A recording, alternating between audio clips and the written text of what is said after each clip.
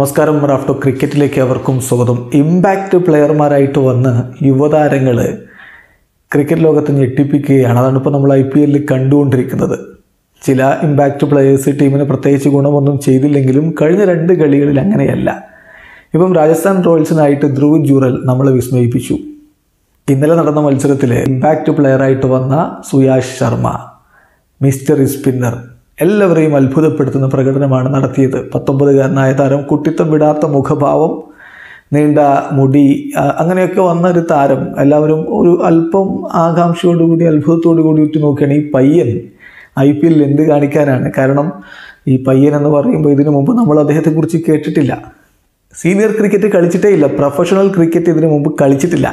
ആദ്യ കളിയാണ് IPL കളിക്കുന്നത്. അപ്പം എന്തായിരിക്കും ഈ താരം ചെയ്യാൻ പോകുന്നത് എന്ന് അത്ഭുതത്തോടു കൂടി എല്ലാവരും ഉറ്റുനോക്കുകയായിരുന്നു. എന്നാൽ എന്തുകൊണ്ടാണ് KKR തന്നെ ടീമിലെടുത്തത് എന്നുള്ളത് കൃത്യമായിട്ട് ചെയ്ത് കാണിച്ചു തന്നു സുയാഷ് ശർമ്മ. 4 ഓവർ ബൗൾ ചെയ്ത് അദ്ദേഹം 30 റൺസിന് 3 വിക്കറ്റുകളാണ് പിഴുതെടുത്തത്. കൃത്യമായ ഇമ്പാക്റ്റ് ഉണ്ടാക്കിയിരിക്കുന്നു.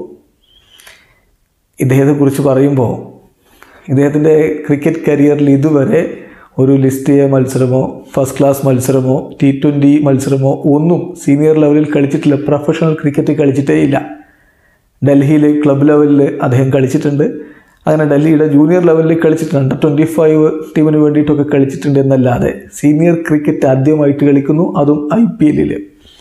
KKRൻ്റെ കോച്ച് അത് തന്നെയാണ് പറഞ്ഞത്. സ്കൗട്ട് എങ്ങനെയാണ് അദ്ദേഹത്തെ സ്കൗട്ട് ചെയ്തതെന്ന് ചോദിക്കുമ്പം ട്രയൽ മത്സരങ്ങളിലൊക്കെ നന്നായിട്ട് ബൗൾ ചെയ്യുന്നത് കണ്ടു. അപ്പം അദ്ദേഹത്തിനൊരു കഴിവുണ്ട് എന്ന് മനസ്സിലാക്കി ടീമിലേക്ക് എടുക്കുകയാണ് ചെയ്തത് എന്നാണ് പറഞ്ഞത്. എന്തായാലും 19കാരനായ പയ്യൻ എല്ലാവരെയും വിസ്മയിപ്പിക്കുകയാണ്.